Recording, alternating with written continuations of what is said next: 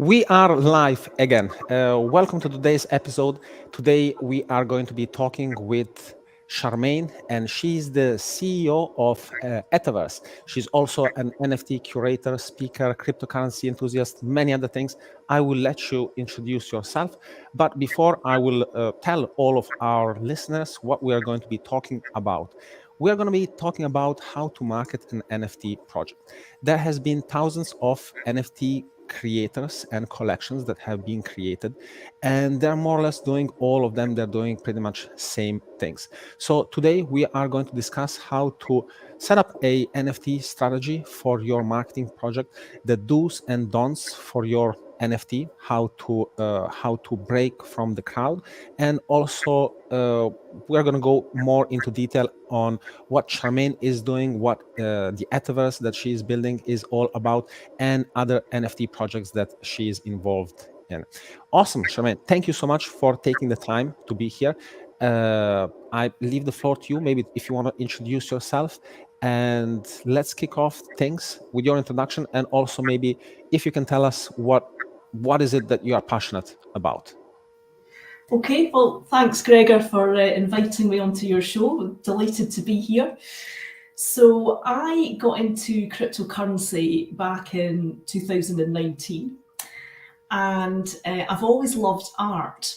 So a friend of mine said to me, like, oh, you like crypto and you like art. Have you heard of this thing called crypto art? And I said, no, that sounds really interesting. So at the start of lockdown in 2020, I was, I was very bored, I was stuck at home, and I sort of found out about crypto art. And nowadays we know them as NFTs, but NFT wasn't really a term back then. And I started collecting NFTs, and it led me to meet a lot of artists. And I thought this was amazing because in the traditional art world, you never get to meet the artists in real life or have conversations with them. But on crypto Twitter and NFT Twitter, everyone was really open. And So how does this happen? Sorry if I'm just jumping in there. What do you mean you met the artist and this doesn't happen in real life? How is this community different than maybe the traditional art community? yeah, so because on Twitter, everybody's like DMs are open and you can comment on people's posts. I saw some art that I liked and I thought, oh, that's really cool art. And I went to the marketplace, bought the art, and then tweeted about it. And the artists were so grateful. It's like, oh, thank you for promoting my work. And you get into a big conversation. And over the course of a few months, I met a lot of women artists just online through Twitter. We were all locked down, and it was people from all over the world. And we decided to get together and form an organisation of women artists called Women of Crypto Art. And it was a way for the artists to share their work and promote each other's work. And this was one of the first sort of NFT communities. And people in NFTs, they talk about community all the time. And, Yeah. Sometimes it's lip service, but it is a real thing. So What you're talking about right now, that is a real community, and that is something that is very unique to see happening around NFTs, like breakthrough technologies and art and women getting together during the pandemic because they're brought together by a technology, but fundamentally because of their passion for art, not for the underlying NFT code technology. Sorry if I just jumped in there. I felt no, like kind of no, processing it better for myself. it's great. So that's how I really got started with NFTs. And I mean, I was one of the only people in Woka, as we call it, who's not an artist. I'm a collector. And they said to me, well, you know what, we think it's good because you're more objective because you're not going to be promoting your own art. Because I mean, I loved all the art and I used to buy a lot of art. And I used to curate exhibitions in the Metaverse. And in fact, Women of Crypto Art, we had the first ever all-women exhibition in the Crypto Voxels Metaverse. It's now called Voxels. in Angie Taylor's gallery. So, I mean, we're there on this history of crypto art timeline. And things have just moved along, and there's now becoming, more adoption of NFTs. I mean, back in 2020, it was relatively easy for people to sell their NFTs, and they were cheap. And Ethereum was really cheap. My first NFT I bought for $11 on Super Rare. It was a one-of-one NFT, animated. It had a Bitcoin on it on a roller coaster. It was a fun piece. It's like you can't get anything on Super Rare for under a ETH now. You bought that with the idea of buying a piece of art, right? Yeah. So that was it wasn't the idea of reselling it or the idea of some other utility that was promised to come in the future. It was just being originally sold as a piece of art that is attached to an NFT. Absolutely, yeah. And I mean, I thought it was just a fun hobby back in 2020, and I never really looked on it as flipping and making profits and things like that. And I've built up a really cool art collection. I've got a couple of galleries in the spatial metaverse. And one of my biggest problems was which things to display and what I didn't have space to display. So I've got a lot of blue chip art in there, and people come and wander around in my galleries and they say, "Oh, we love your collection." They say, "You're a whale." It's like, well, I don't know if I'm a whale. I was just really early. And I think even in 2022, we're all still really early, but there's more and more creators coming in. And with the bear market for crypto and the whole economy worldwide, it's getting tough for people to actually market and sell their NFTs. Well, the technology has gotten democratized. There is applications that help you deploy and create your NFT collection without knowing any code, and therefore, and also generating collections of thousands of NFTs is as simple as just uploading some layers into an application and just generating your collection. And I think also a little bit of the greed of people seeing how NFTs have been selling has led to hundreds and thousands of people creating their own collection that doesn't have any utility and flooding the market basically with collections from everywhere. So and one more thing that I want to add to that is that they're all copying each other in the terms of marketing approach. They all try to list on early calendar sites. They all give fake giveaways. They all build up hype and don't provide any value. But anyways, awesome. I agree with all of that. Yeah.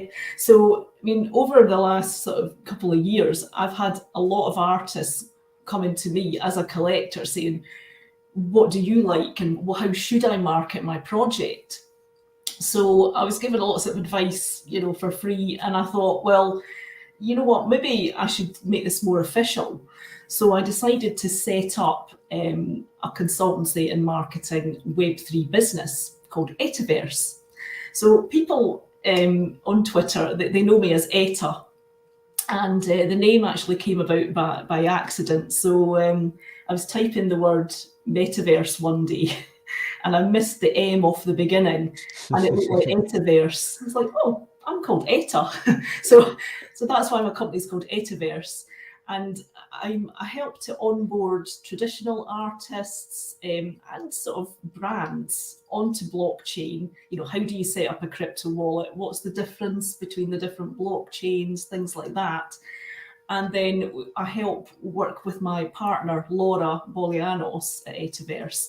She's a marketing guru. So I've got this sort of NFT knowledge and she's got the marketing knowledge. And together, we put together these big marketing strategies for either individual artists, brands, 10K projects, all sorts of things like that. And we offer lots of different services. So maybe like you don't have enough money for a full marketing strategy and implementation and rollout, but you want some, regular coaching to see if your project's going in the right direction. We do health checks on project. We'll look at the quality of someone's art. We'll see what their community's like, what is their niche audience, because the audience is so important. I mean, you've got people who love Ethereum, people who love Solana, people who love XRP. There's all different communities of crypto enthusiasts out there, and they want to buy on their blockchain. And for example, if you look at the Songbird network, it's going to launch on Flare. Everyone in that XRP community is like really enthusiastic about all the leaders of Ripple, and they like art that's themed around what they're passionate about. And also that community loves utility even more so than the art. A lot of Ethereum collectors and fans, they're in it for the art. So, I mean, I've got art behind me, like physical art, which is also available as NFTs. And it doesn't come with utility as a picture of Satoshi, but I absolutely love it for the art. The one down on the floor there, that's called the Bitcoin Angel. You probably can't see that very far away. That a little bit, yeah. Amazing utility that I got to go to a party in a castle in Scotland with over 300 other NFT collectors and the artist Trevor Jones. And we partied all weekend, and we got free NFTs for having been at the party.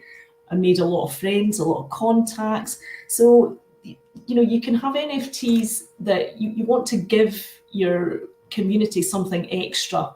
So if your art is really great quality, that might be enough on its own for the art enthusiasts.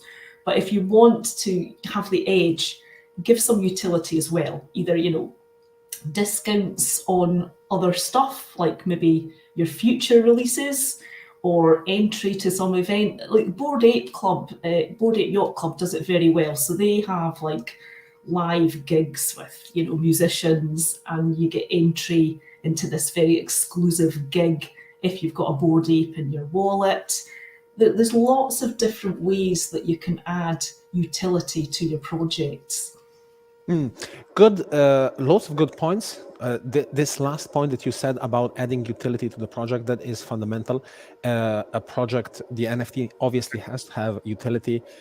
It's not enough just to have a collectible unless there is a strong community around it, like the Goblin NFT that managed to sell out just because of basically the community that was built around it. But apart from that, it offers no other utility. What are you? I want to take a little bit of a different direction before I ask you what would be the strategies right now to do NFTs. But I think I understood a little bit from you that it's really based on who you are and what your purpose is on the strategy. So maybe we can make it a little bit more general, meaning there is certain steps that everybody kind of follows. But before we go there, I want to ask you, what is your view right now on the NFT market and the future of it right, kind of, that's coming up? Right, so right now everybody's suffering. In the bear market, the activity levels is down by over 90%. So if you look at the statistics on the big marketplaces like OpenSea, there's not such a big turnover of art. So there's lots of people minting, not lots of people buying. And it's not as easy as it was. You used to be able to, people used to sort of work really hard to get on a wait list so that they could mint. I remember those days. Yeah, it was so honorable. You were so lucky to be on a whitelist, and now whitelist is basically people are dragging you into the whitelist and giving you things for going to the whitelist, and yeah, it's completely different. I know. I mean, I get a list of DMs every day on Twitter from people I've never heard of saying, "Congratulations, you've been selected for our waitlist." I was like, I'm not remotely interested in your waitlist. And the other problem is that if somebody contacts me who I don't know, my first thought these days is scam. You want me to click on a link, you're going to take over my computer, you're going to steal my NFTs. So I used to be very trusting, and I'm naturally a trusting person, but I've seen so many horror stories about people having their wallets emptied because they've authorized the transaction. So, it's a very different culture now, and I would advise anybody to have their default sort of stance is trust no one. Verify they are who they say they are before you click on anything or interact with anyone. Yeah. So again, that makes it difficult for people to reach out to new communities and get more collectors. So what they have to do is be really genuine and just build your community. And if you say you've got 2 followers on Twitter, that's really hard. It's going to take you a long time to build a community. Collaborate with other communities that already exist. So you've got Women of Crypto Art, you've got lots of other communities out there. If you've bought an NFT from another project that has an active Discord server and a big following, then if you become part of that community, people will build trust with you, and then they'll listen to you talking about your project.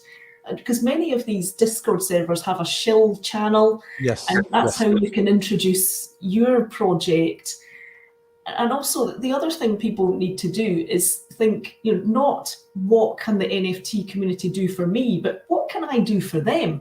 Can I volunteer to be a Discord moderator for somebody else's community? Can I help with somebody promoting their work? If I retweet another artist's tweets, maybe they'll retweet mine. So you're the power of lots of communities together gives you a lot more reach than if you are just a single person trying to build your community yourself. That is amazing advice. Why? Because all of the NFT projects are outbound, and they are meaning that they are just shouting on Twitter and saying, hey, giveaway, hey, my project, and so on and so on. But they're not creating a community. That's not creating a community. That's just spamming the world with your nonsense. What you're saying is great. If you don't have a community, an initial community, don't go and spam the world. Go and give value to other communities, and in turn they'll recognize the value that you have given them, and they will give you the chance. They'll give you the chance to listen to you and to become your follower. So that's amazing. That's amazing, but that's difficult.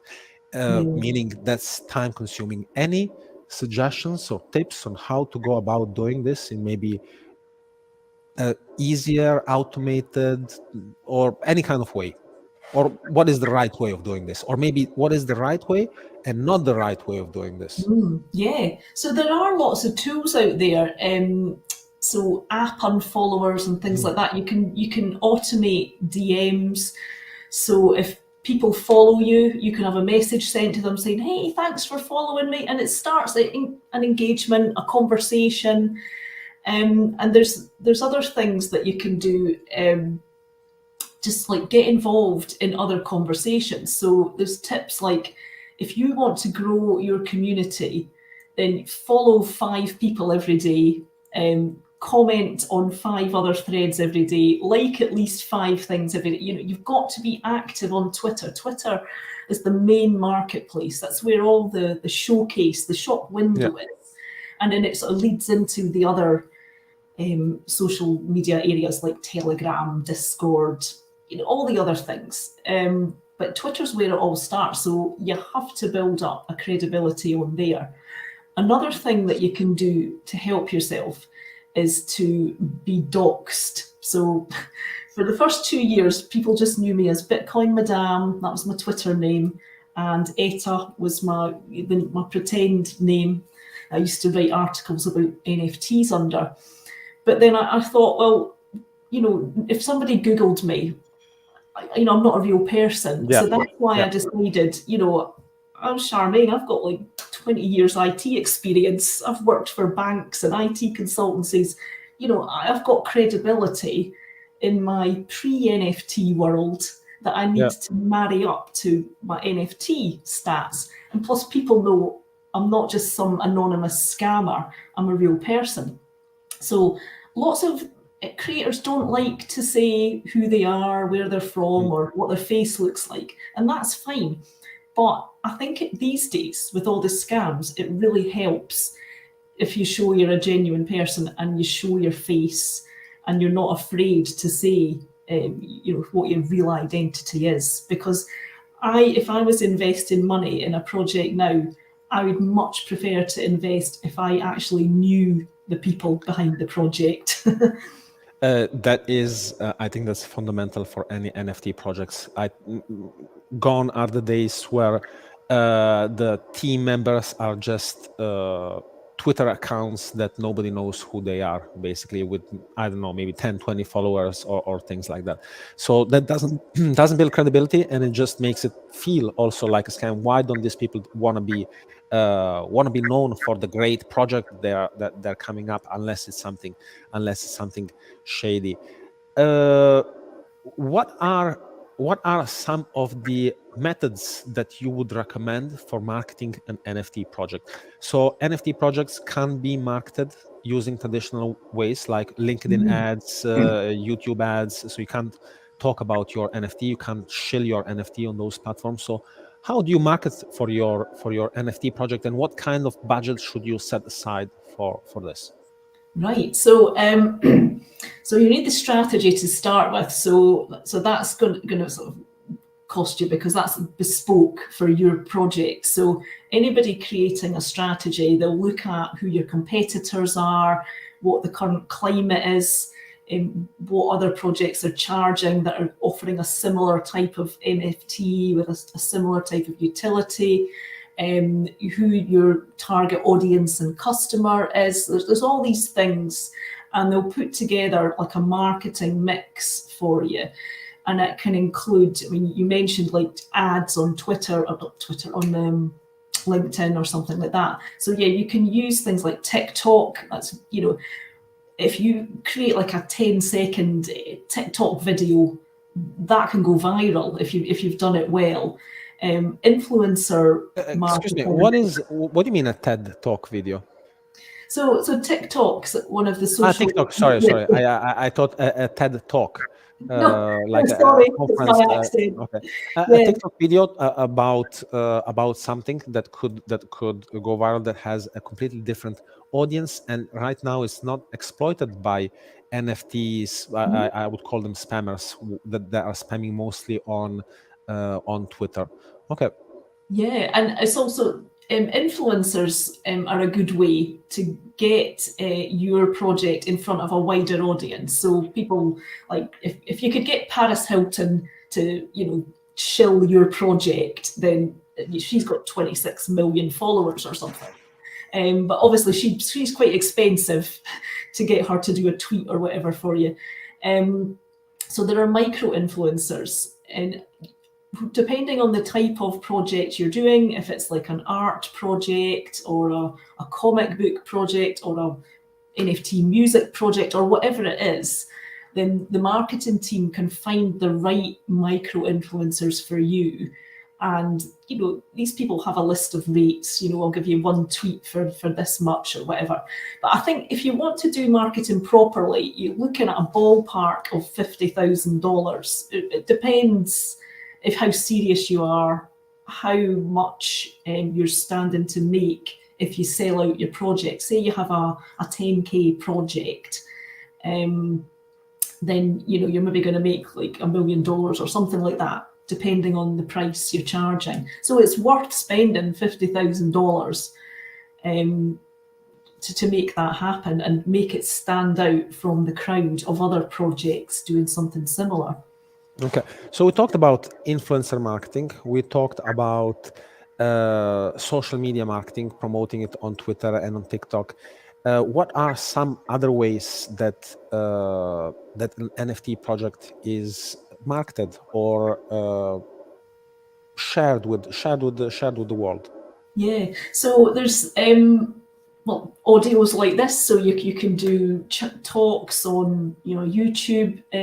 Twitter Spaces are very popular, LinkedIn Live, and actual in real life events. So I'm going to NFT London next month, talking about the art of marketing your NFT project. And I think there's 800 speakers at NFT London. And people will come from all over the world to hear them speak about their projects. So if you can get yourself in front of a real live audience, then they're more likely to engage with you. Yes, of course. Yeah, It's a great way of networking also, and also selling your collection directly to people that you meet. That's a great way also, I believe, of pre-selling your collection, meaning going to different events, NFTs, blockchain, and web, and that's where all of the enthusiasts and investors that are interested in this space are. So it's the best way of connecting with like-minded people that could potentially be interested in purchasing your NFT or even becoming friends. So yeah, it's a great suggestion. Yes, and also, I mean, if say it was a play-to-earn game that you were launching, you go to gaming conferences or go to gaming conventions, that just wherever you think fans of your NFT are hanging out, get yourself there.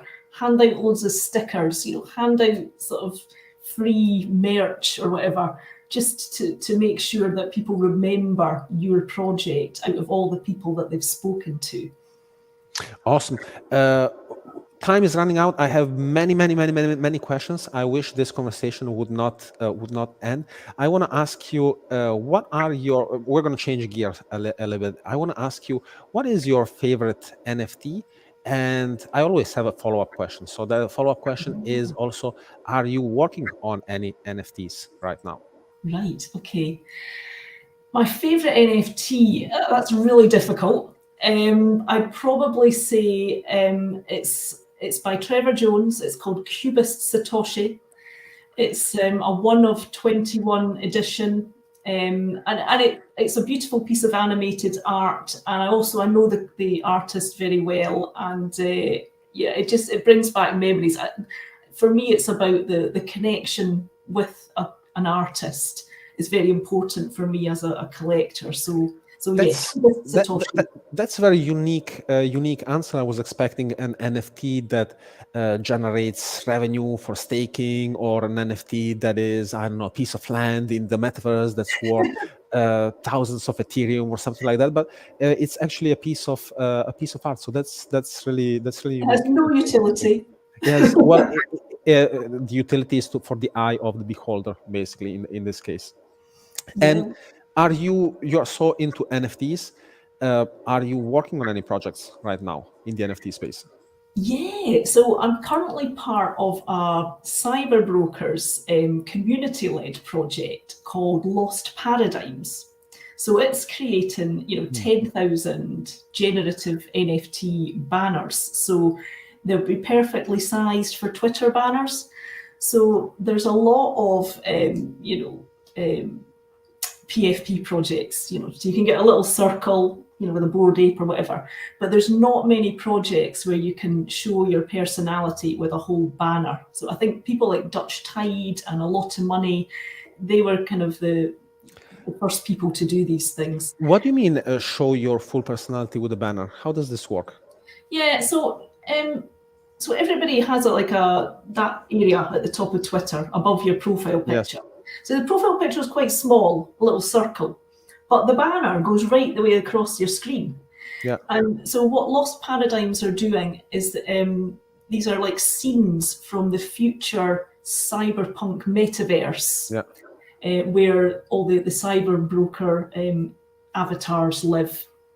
And it's just saying, if I was in the metaverse in the future, this is the world that I would want to live in. This is what it would look like. It's very beautiful art. I've created a spatial NFT gallery to showcase some of these Twitter banners. They're just work in progress at the moment because it's not launched. It's launching on the 8th of November on Ethereum. But you can wander around the spatial gallery and feel as if you are immersed in, obviously you're in spatial, so you're in the metaverse, but you feel like you're in the Lost Paradigms metaverse. So these are like worlds that have got lost through this course of time. So it's a really fun project, great project team. That is super interesting, and you've just kind of opened a new area in my mind by with this project, because you said, you know how you have the, well, first of all, you know how the Twitter profile picture, you can have it as an NFT. You can't have the banner yet as an NFT, but soon also probably the banner is going to be an NFT, and your profile picture on YouTube and your banner on LinkedIn, and all of this is going to be your digital assets, your NFTs that you can carry around and customize and have a unique experience of how you want your profile to be and how you want to be seen by other people. I think it's amazing. I think it's pioneering something super new concepts, and I think I left the link down below. So anybody interested in checking it out, please visit the shortened version of the link. Awesome, cool.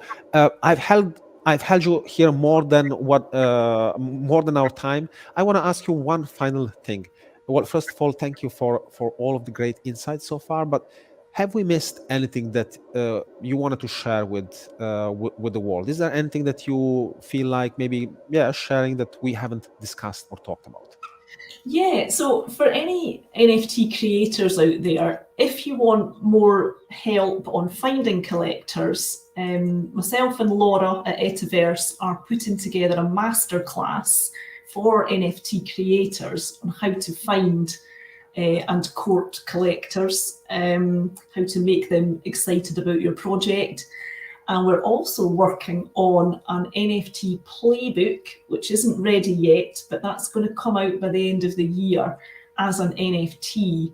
And that'll be a step-by-step guide for everything you need to do when launching your NFT project. That is amazing, amazing content. So I'm going to be in line to get my hands on one of these. So thank you so much for creating it.